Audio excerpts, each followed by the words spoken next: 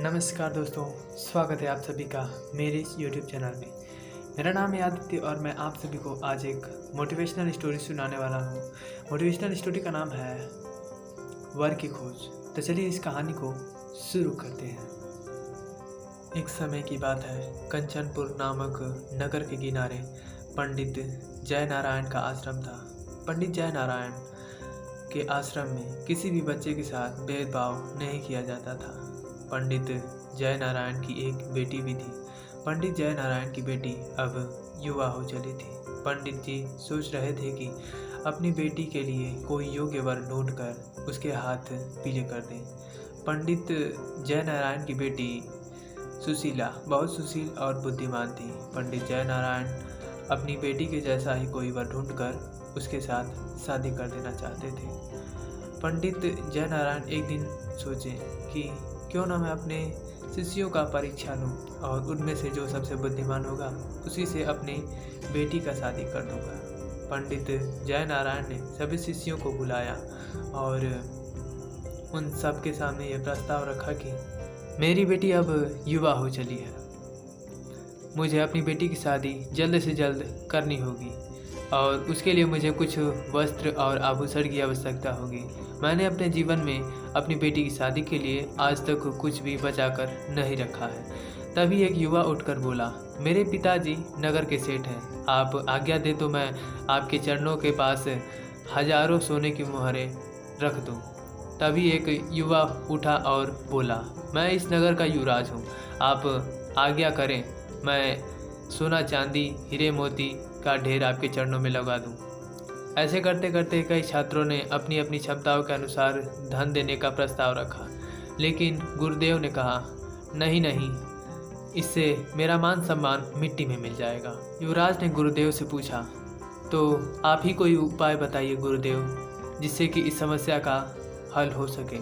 तो गुरुदेव ने कहा कि हमें ऐसा उपाय ढूंढना होगा जिससे कि हम सांप को भी मार दे और लाठी भी न टूटे। तो गुरुदेव ने कहा कि तुम सब थोड़ा थोड़ा चीज़ चुरा चुरा करके लेकर आना, याद रहे यह चोरी गुप्त होनी चाहिए, किसी को भी पता नहीं चलनी चाहिए। तो सभी शिष्यों ने कहा, जो आज्ञा गुरुदेव, हम थोड़ी थोड़ी चीज़ें चुरा चुरा करके आपके पास से ले आकर इकट्ठी कर देंगे।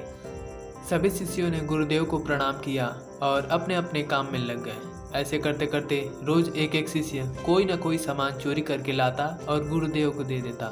ऐसे ही दिन बीतते गए। एक एक छात्र गुरुदेव को सामान लाकर देता गया। बहुत सारा सामान इकट्ठा हो गया। सभी छात्रों ने कोई न कोई सामान चोरी करके गुरुदेव को दे दिया, लेकिन गुरुदेव को पता चला कि एक गोपाल नामक छात्र है जिसने आज तक कोई भी सामान चोरी करके गुरुदेव को नहीं दिया। तो गुरुदेव ने गोपाल से पूछा, गोपाल, सभी शिष्यों ने मुझे कोई न कोई सामान चोरी करके लाकर मुझे दिया, लेकिन तुमने मुझे कोई भी सामान नहीं दिया। तो गोपाल ने कहा, गुरुदेव, आपकी आज्ञा ही ऐसी है जिसने मुझे चोरी करने से बार बार रोका। तो गुरुदेव ने पूछा, मतलब?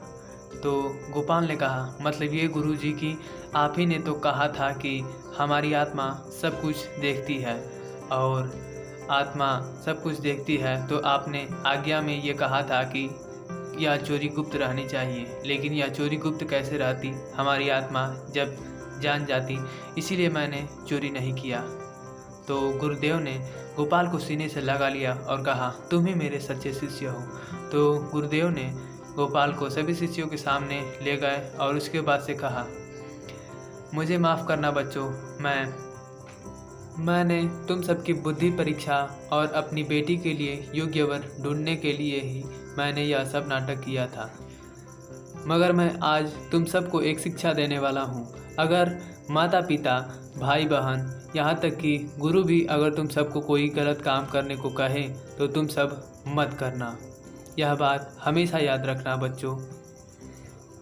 इसके बाद गुरुदेव ने सभी छात्रों को आज्ञा दी कि ये सारी चीज़ें जो तुम सब ने जहाँ जहाँ से चोरी करके लाए थे, उन सारी चीज़ों को वहाँ लौटा आओ और उन सभी से क्षमा मांग आओ।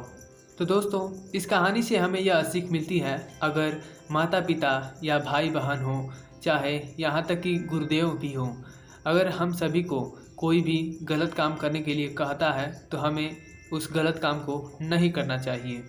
अगर दोस्तों आप सभी ने इस कहानी से कुछ और सीखा है तो कमेंट बॉक्स में कमेंट करके जरूर बताइएगा। अगर अच्छा लगा तो लाइक कीजिए, अगर अच्छा नहीं लगा हो तो डिसलाइक कीजिए और कमेंट जरूर कीजिएगा कहाँ हमसे गलती हुई है।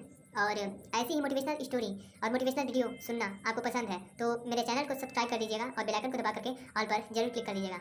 और हाँ, चैनल को सब्सक्राइब करके मुझे सपोर्ट कीजिएगा, इससे मुझे मोटिवेशन मिलता है। तो धन्यवाद, मिलते हैं अगली वीडियो में। Bye bye. आप सभी को इस वीडियो को देखने के लिए बहुत बहुत दिल से धन्यवाद। मिलते हैं अगली वीडियो में।